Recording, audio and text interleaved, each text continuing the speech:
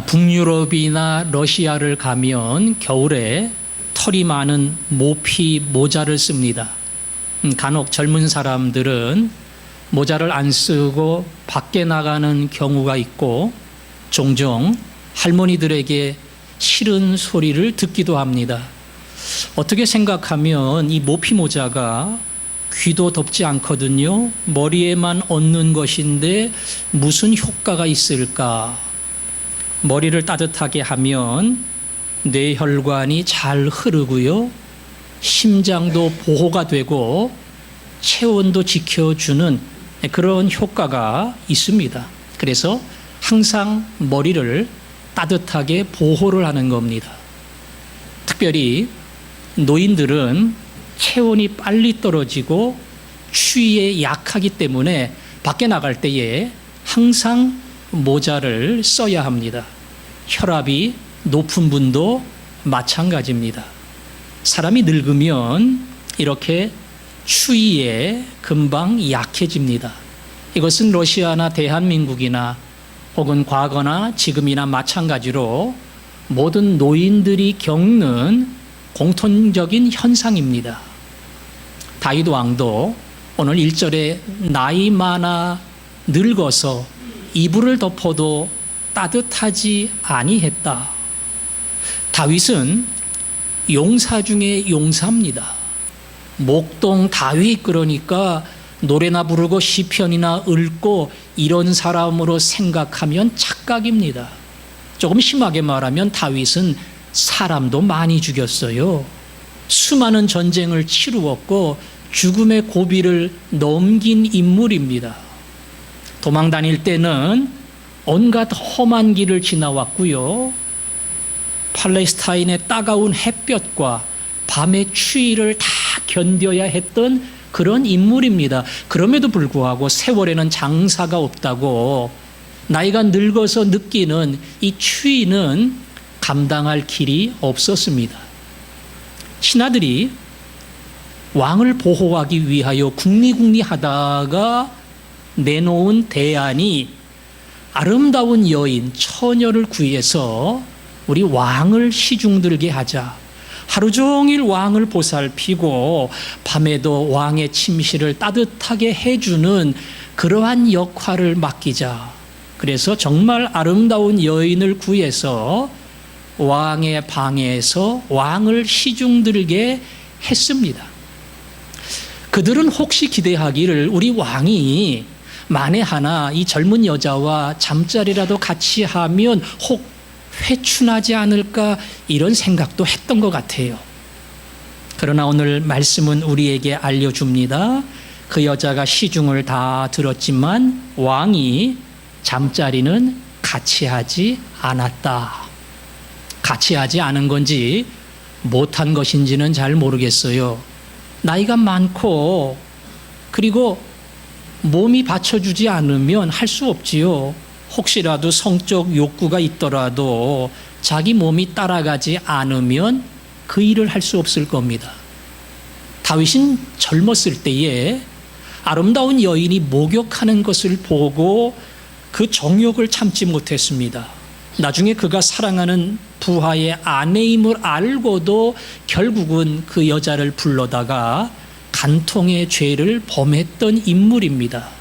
그런데 나이 많아 늙어서는 몸도 따라오지 아니하고 성적 욕구도 젊을 때하고는 많이 닮아졌습니다. 이게 다 늙으면서 찾아오는 겁니다. 다윗의 말년에 자연스럽게 찾아오는 현상입니다. 다윗이 그때 내가 젊을 때는 이러지 않았는데 왕년에는 안 그랬는데 그런 말 안 했습니다. 나이 많고 늙고 자기에게 나타나는 현상을 다윗은 그대로 인정하고 받아들였습니다. 나이가 많으니까 아무리 젊은 여자를 10명, 100명 구해줘도 그들이 나에게 도움을 줄 수 없고 내 몸을 바꿀 수 없다는 것, 이것을 다윗은 알고 있었습니다. 다윗처럼 노년의 길을 많이 경험하는 사람들은 그런 상황에 처하게 됩니다. 젊을 때는 힘이 넘치고요. 농사를 짓는 사람들은 아침부터 저녁까지 하루 종일 일을 합니다. 직장을 다니는 사람들은 새벽 1시, 2시까지 근무를 하다가 돌아와 서너 시간 자고 그 다음날 출근을 해도 또 일을 합니다. 그만큼 체력이 받쳐주는 거지요. 밥을 먹어도 돌까지 소화를 시킨다고 할 만큼 뭐든지 소화가 가능하고요. 산을 올라가도 1등을 해야 직성이 풀리고요. 하여간 젊었을 때 몸이라고 하는 것은 무슨 일을 하든 무엇을 먹든 어떤 운동을 해도 능히 감당을 합니다. 여자들은 그런 일이 없겠지요? 아니에요. 예전 여자들은 남편을 돕고 하루 종일 살림하고 육아에 지치고 심지어는 시부모를 모시고 뭐 새벽부터 밤늦게까지 쉴 시간이 없어요. 그래도 밤에 잘 자고 아침에 일어나면 그 피곤이 다 사라집니다. 이게 젊은 시절의 모습이에요. 오늘 젊은 분들도 그 얘기가 자기 이야기인 줄을 알 겁니다. 30대도 그렇고요. 20대는 더 할 겁니다. 그러나 나이가 들고 70이 넘어가고 80이 넘어가면 젊은 시절을 오늘로 착각하면 큰일 납니다.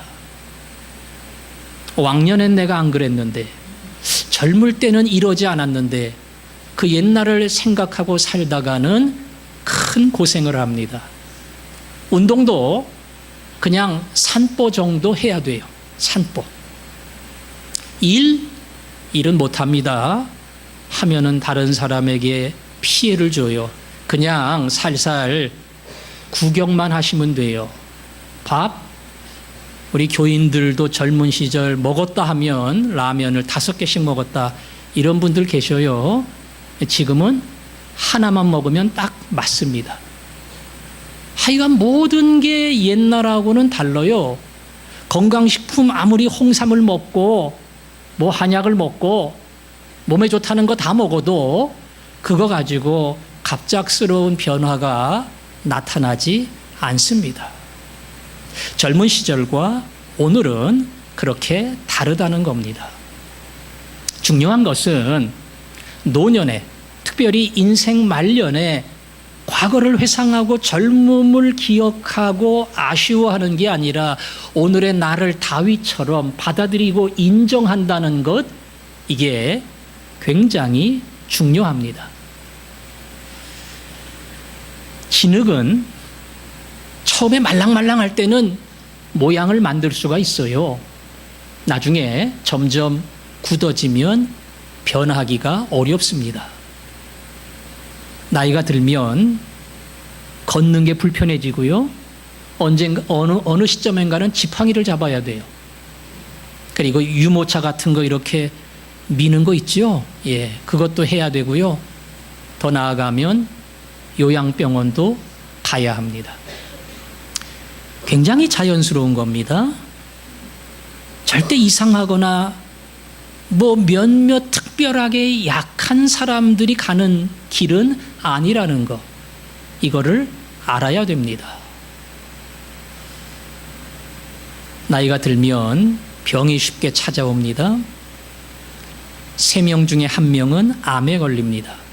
그런데 남자들은 70이 넘으면, 여자들은 80이 넘으면 암이라고 안 그래요. 그냥 노환으로 죽었다, 이렇게 얘기합니다. 그 나이 되면 병이 찾아와도 병이 아니에요. 자연스럽게 나이가 되어서 세상을 떠나는 겁니다. 아쉽게도 여러분 가운데에 한 80% 이상은 70, 80이 넘어가면 지팡이를 잡게 될 것이고, 그 중에 일부는 무릎 인공관절을 끼워야 될 것이고, 또 일부는 보조기를 밀고 다녀야 됩니다. 보조기 밀고 다니는 분들은 대단한 용기가 있는 사람이에요. 공원에 가보세요. 남자들이 그거 밀고 다니나? 남자들은 자존심이 세서 그거 밀고 안 갑니다. 오직 할머니들이 밀고 다녀요. 남자들은 몸이 망가져도 집에서 망가지지 그러고 안 나가거든요. 사실은 할머니들이 잘하는 거예요. 끝까지 걷고 건강 유지하고 피해 안 주려고 하는 거. 그러다가 마지막에 요양병원에 갑니다. 아마 저도 그럴 확률이 많고요. 여러분도 그럴 가능성이 높습니다. 혹시라도 제가 예전에 설교한 모세를 기억하는 분들이 있는가 모르겠지만, 모세는 120세 죽을 때에도 몸이 쇠하지 않고 눈이 흐리지 않았다. 마지막 죽는 순간에도 우리로 말하면 눈이 2.0이에요. 기운이 젊은이와 똑같습니다. 비스가산 꼭대기로 하나님이 부르실 때에 모세는 그 정상까지 홀로 올라갔습니다. 아주 특별한 건강을 마지막 순간까지도 하나님의 복으로 누렸던 사람, 이 사람이 모세예요. 미안하지만 모세는 1000명, 10,000명 중에 1명 나올까 말까예요. 거진 불가능합니다. 대부분은 보통 사람들이 가는 길로 갑니다. 다윗도 그랬고 믿음의 모든 사람들이 마찬가지입니다. 다윗은 2장에 보면 2절에 그렇게 얘기합니다. 이제 세상 모든 사람이 가는 길로 가게 되었노니. 때가 되니까 늙고 마지막 때가 찾아오고 기운이 약해지고 추위를 끼고 그리고 죽음 앞에 서게 된 겁니다. 그 옛날 이삭도 그랬고 야곱도 그랬고 나이가 드니까 앞이 안 보이고요. 사람 분별을 못하고 다 그렇게 됐어요. 신약의 바울도 디모데에게 인생 마지막 편지를 쓰면서 디모데야 빨리 좀 와라. 올 때에 따뜻한 겉옷을 가지고 와라. 뭐예요? 너무 춥다는 거예요. 그래서 그 겉옷을 가지고 오라고 부탁을 합니다. 너무나 자연스러운 겁니다. 자연스러운 현상을 하나님이 인생에게 주신 가장 일반적인 원칙을 인정을 안 하고 무시를 하면 하나님의 도리하고는 거꾸로 가는 겁니다. 자꾸 과거 생각하고 젊은 시절 생각하고 한참 때 생각하고 왕성할 때 생각하면 하나님이 우리를 이끌어 가시는 하나님의 안내하심에 우리는 거꾸로 가는 겁니다.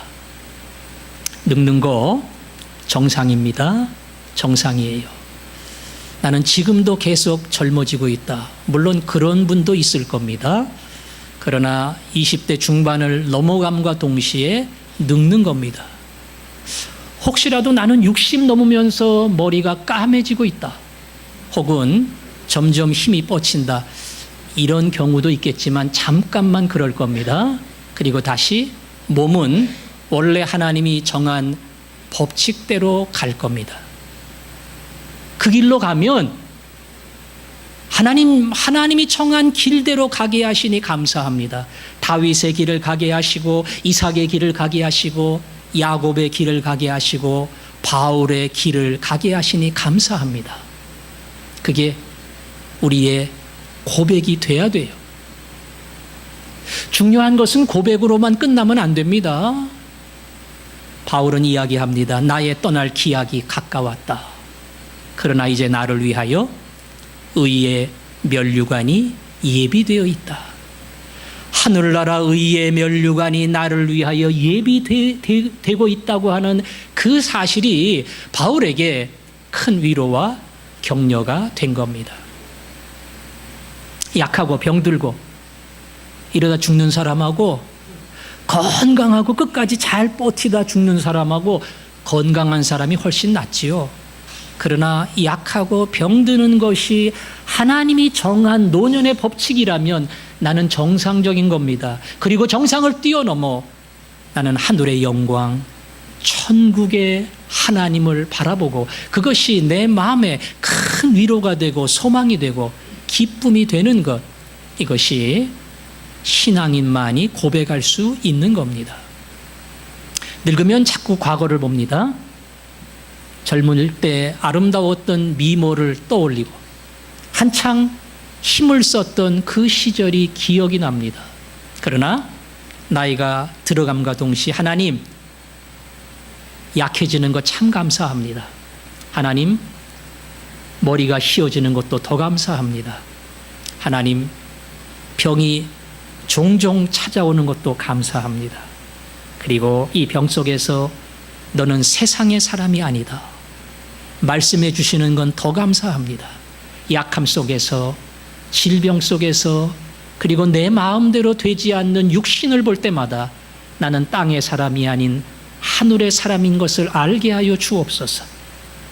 이 환난과 시련과 연약한 길을 통해서 나의 본향은 하늘에 있다는 것, 내가 그 본향으로 돌아간다고 하는 이 놀라운 사실을 더 깊이 나로 깨닫게 하여 주옵소서. 이것이 저와 여러분이 하나님의 인도하심에 대답해야 되고 함께 감사해야 될 내용입니다. 노년되면서 그렇게 고백합시다. 저는 아직 조금 젊었어요. 제가 늙었다고 하면 어른들에게 너무 신뢰가 될까 봐서 기분은 늙은 것 같지만 아직은 내가 중년이다. 그렇게 혼자 대꾸도 하고 그리고 생각도 합니다. 하지만 언젠간 늙어갈 거고요. 저는 지금도 노년의 생각을 많이 합니다. 언젠간 은퇴할 거라는 생각도 많이 하고 은퇴한 다음에 내 모습이 어떨 것인가 그것도 많이 생각합니다. 그때 과연 내 속에 바울이 고백했던 그 고백이 있을 것인가? 바울이 찬양했던 그 찬양이 있을 것인가? 아까 찬송한 것처럼 사나 죽으나 주의 것이라.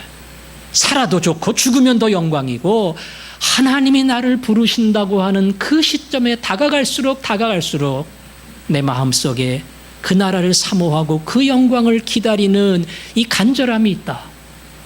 그게 제 노년이 되기를 바라고 여러분의 노년이 되기를 바라고 심지어 마지막 죽는 인생의 말년이 되기를 바라고, 그래서 저도 여러분도 그 시점에 가장 행복한 얼굴로 바뀔 수 있기를 바랍니다.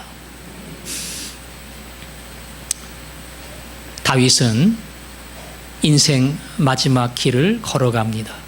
그리고 육체도 점점 약해졌습니다. 그런데 그 약해지는 육체 속에 다윗이 고백했던 놀라운 말이 있는데요. 그게 열왕기상 1장 앞에 있는 사무엘하 23장에 나오는 말입니다. 사무엘하 23장 1절에 이는 다윗의 마지막 말이라 그랬죠. 그리고 4절 말씀 보겠습니다. 앞에 화면에 나오는 것 보십시오. 같이 읽겠습니다. 시작. 그는 돋는 해에 아침빛 같고 구름 없는 아침 같고 비 내린 후에 광선으로 땅에서 우미 돋는 새풀 같으니라 하시니라. 다윗의 이야기입니다. 마지막 이야기입니다. 구름이 없는 맑은 아침에 떠오르는 태양, 그 환한 빛과 같다. 비가 온 다음에 그 땅 속에서 우미 돋는 풀과 같다. 뭐가? 내 인생이, 노년의 내 고백이. 옛날은 그랬던 게 아니라 마지막이 더 찬란하고 아름답고 그리고 마지막 생명이 돋는 풀처럼 내 마지막은 그렇다. 내 노년은 그렇다. 이것이 다윗의 마지막 이야기의 마지막 고백입니다. 노년이 돼도 건강관리 잘 하시는 분들이 있습니다. TV에 보면 80이 넘지만 이 헬스 관리를 잘 해가지고 말 그대로 아주 그냥 우람한 몸을 자랑하시는 분들이 있어요. 하루에 3시간, 4시간씩 계속 운동하고 아직도 계란 흰자위하고 닭가슴살만 먹고 그렇게 몸을 관리하고 거기에 굉장히 만족을 하고 말 그대로 인생을 거는 사람이 있어요. 너무 감사한 거죠. 그래도 늙어요. 그래도 약해집니다. 언젠가는 과거의 사진을 볼 겁니다. 내가 80 초반만 해도 이랬는데, 그런 어느 순간 그 근육도 다 사라지고 연약한 존재가 될 겁니다. 오늘 다윗이 자랑했던 것은 과거가 아니에요. 용사 때가 아니에요. 힘쓸 때가 아니에요. 그때를 지나 오늘의 내 모습이, 오늘을 살아가는 이 현실을 다윗은 자랑하고 기뻐합니다. 지금은 돋는 해야. 지금은 비혼 후에 돋아나는 풀이야. 하나님이 나를 그렇게 아름답게 만들어 가신다. 이게 다윗의 말입니다. 그것은 육신의 강건함이 아니고 인격의 강건함, 인격의 성숙함, 영혼의 변화를 말하는 겁니다. 바울은 갈라디아에서 성령의 9가지 열매를 이야기했습니다. 예수를 믿고 살아가면서 시간이 지남과 동시에 자꾸 열매가 생겨요. 아름다운 9가지 열매가 시간이 지나고 인생의 가을이 다가오고 결실이 계절이 찾아오면 자꾸 맺히는 겁니다. 9가지 열매, 사랑. 이제는 미워할 시간도 없어요. 다 사랑합니다. 기쁨. 오직 주님을 바라보고 만날 그 일로 말미암아 기뻐합니다. 화평. 누구하고 담쌀 일 없어요. 다 용서합니다. 오래 참음. 이제는 어떤 것도 견딜 수 있어요. 주님 부르실 건데 못 참을 일이 뭐가 있겠어요. 자비, 불쌍히 여기고 안타까이 여기는 것, 그리고 양선, 선한 일을 하는 것, 충성. 몇 시간 안 남았어요. 마지막까지 힘을 기울이고 주를 위해 사는 거예요. 마지막 절제. 뭘 욕심을 내요? 이제 마무리해야 되는데 모든 것 내려놓고 주를 위해 살아가는 것. 이 성령의 9가지 열매, 인격의 놀라운 변화, 이것이 다윗이 고백한 아침에 비치는 햇빛입니다. 돋는 풀입니다. 더 나아가 그것은 영혼의 성숙입니다. 땅과 세상에 미련을 두지 아니하고 하늘나라를 바라보는 사람, 천국을 기대하는 사람. 바울이 뭐라 그랬죠? 사는 것도 좋고 죽는 것도 좋지만 내 소원은 죽는 거다 그랬어요. 그래서 빨리 주님과 함께 거하고 싶어. 이게 진정한 내 소원인데 너희를 위해서 필요하다면 나는 이 땅에 남을 거다. 이게 바울의 소원이었습니다. 오늘 다윗이 고백한 인생의 아름다운 마감이 이겁니다. 더 아름답고 더 찬란하고 그리고 더 큰 은혜와 더 큰 열매, 그것이 마지막 이야기였던 겁니다. 주일학교 때 저를 가르쳤던 전도사님이 계시는데 그분이 목사님 되시고 이제는 은퇴를 하셨어요. 제가 10여 년 전까지는 카드를 하나씩 보냈는데 딴 데로 옮겨가시면서 주소를 몰라 카드를 못 보내다가 한 보름 전에 전화가 왔습니다. 그리고 반갑게 저를 좋아하시고 인사를 하시면서 과거에 함께 자랐던 친구들과 후배들과 여러 가지 이야기를 물어보셨어요. 그리고 메일 주소 알려달라고. 제가 메일 주소를 알려드렸거든요. 이분이 대학에서는 아마 철학을 공부를 하셨을 거예요. 며칠 있다가 저에게 장문의 메일이 왔습니다. 그 메일에다가 이분이 뭐라고 쓰셨는고 하니 봄, 여름, 가을에 누리지 못한 안식을 오늘에 흡족히 즐기며 지내고 있다네. 집안에는 난로도 없고 전쟁터에는 칼도 없고 국가도 없는 스스로의 왕으로 지내고 있다네. 그리고 권력마저 창고에 넣어둔 채로 살아간다네. 아마 이분의 과거가 오늘이 그런 의미일 겁니다. 예전에 욕심도 많았어. 꿈도 있고 좋게 말하면 비전도 있었어. 담임 목사가 되어서 리더십을 가지고 교인들을 이끌려고 내 나름대로 결정하고 추진해 나갔어. 그러면서 좋은 일도 험한 일도 많은 인생의 한 발짝 한 발짝 길을 지나왔지만 이제는 그 모든 걸음을 뒤로 하고 여유를 가지고 쉬고 있다네. 나에게는 어떠한 권력도 욕심도 그리고 붙들 것도 아무것도 없이 말 그대로 하나님이 주시는 안식을 여기서 누리고 있다네. 그것이 그분이 은퇴한 이후에 저에게 보낸 자기의 삶의 이야기였습니다. 저는 참 부럽습니다. 은퇴하고 그러한 자기 삶을 정리할 수 있다고 하는 것이 제게는 닮고 싶은 아름다운 노년입니다. 우리 이덕열 목사님도 말씀드린 것처럼 책을 참 좋아합니다. 아마 책 읽은 거로 따지면 저보다 훨씬 많이 읽으셨을 거예요. 그게 취미입니다. 책만 읽으면 마음이 편해집니다.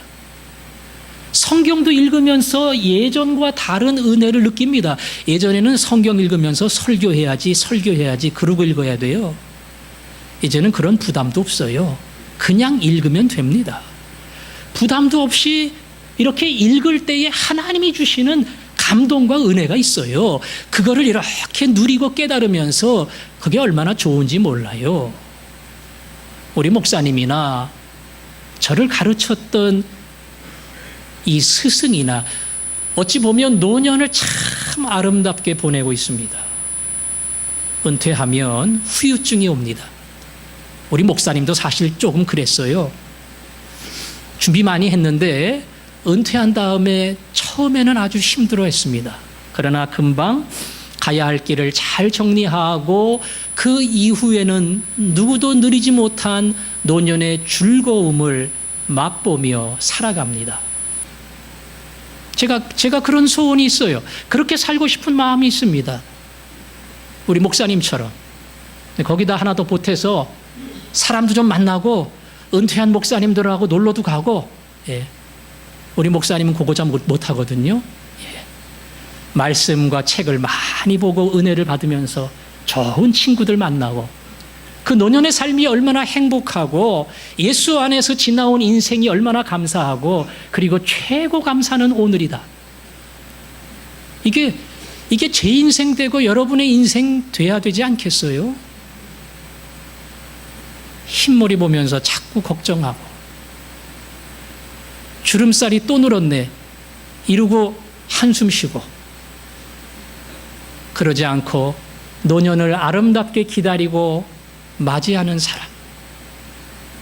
저는 여러분과 함께 그 길을 가기 원하고 그렇게 앞서가는 인생의 선배들을 보기 원하고 그래도 명색에 제가 목사인데 목사님의 노년이 저렇구나 뭘 좀 이렇게 보여줄 수 있는 그런 목사로 살기를 원하고 그래서 화전중앙교회 성도 모두가 그 아름다운 노년의 길을 말년의 길을 함께 걸어갈 수 있기를 바랍니다. 개인적인 얘기에서 미안하지만 김미수 할머니는 병원에 입원하신 지 한 7, 8년 됐습니다. 고령으로 갔지만 지금까지 살아계시고 93세가 됐어요. 본인도 내가 왜 이렇게 오래 사는지 모른다. 근데 그분은 자녀가 없어요. 그래서 명절이나 어버이날이나 이렇게 되면 주변에 자녀들이 찾아오는 환자들을 보면서 부러워하고 부러운 것보다 창피하게 생각을 합니다. 나는 찾아오는 사람이 없어. 누구도 나에게는 어버이날 카네이션 안 줘. 그게 너무 창피한 거예요. 저한테도 그 이야기를 하셨어요. 그러겠지요. 근데 와도 가잖아요. 그리고 몇 번이나 옵니까? 1년에.